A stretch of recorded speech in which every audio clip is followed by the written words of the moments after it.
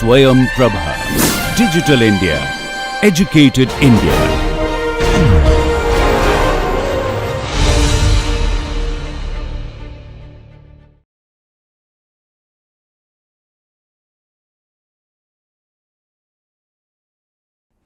Okay, let us look at another problem, problem number 4.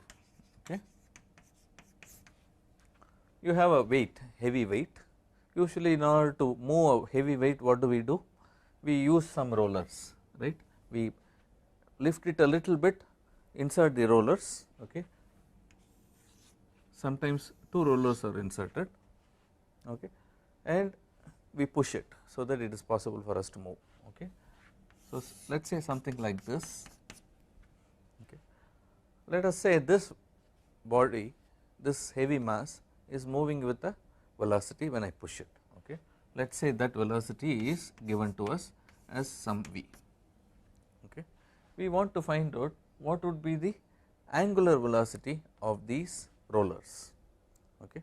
For now let us assume that they are rolling and not skidding at all, okay. They are purely rolling, which means what? I need to find out the angular velocity of this roller, okay. Let us say the diameter of this roller is given to me. So let me just draw a zoomed picture of this. This is the point of contact with the body, this is the point of contact with the surface, okay. Now at this point of contact of the cylinder and the weight, okay, the velocity should be the same, alright, and therefore I know that the velocity of this is v, alright. What do I need to find out? I need to find out what will be the angular velocity of this, okay. What do I know about this particular point? I know the point at the bottom, which is with the ground, the velocity is 0.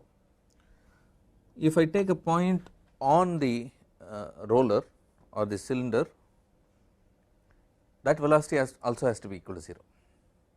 The reason is there is no skidding occurring there, okay. They are not relatively moving, which means that the velocity of this and velocity of that should be the same, which means that the velocity of this point, let me call this as b, velocity of b is equal to 0, okay. Do I have enough information to solve the problem? Let us see. Diameter is given to me, alright. So this is the diameter, let me call this as d, okay. If I take the direction, this is the direction. Can I write Vb in terms of Va? The answer is yes. Vb is equal to Va, so let me call this as Va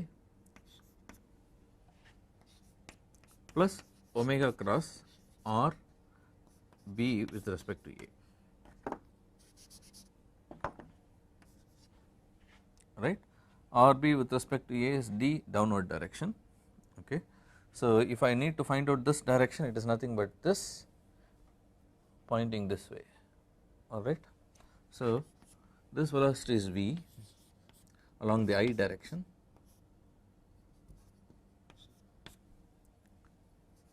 V times I plus omega times diameter, because that is the length of this, times what is the direction of this component?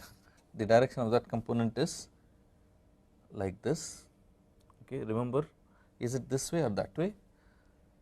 If omega is like this, it has to be counterclockwise, which means that the point B should be moving in the counterclockwise, which is this direction, which means positive direction. Omega times d, omega times d times I vector, okay.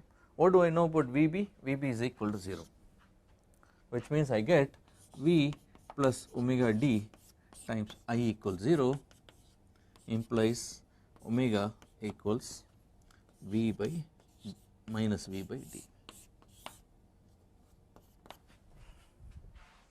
or in other words, it is having an angular velocity in the clockwise direction equal to V by d. Okay. V by d or V by 2 times radius, okay. That is the answer. So that is how we solve it. If you notice, there are two things that we have taken, one is this point and the other point. The top point we could find out the velocity because of the constraint that we applied of pure rolling.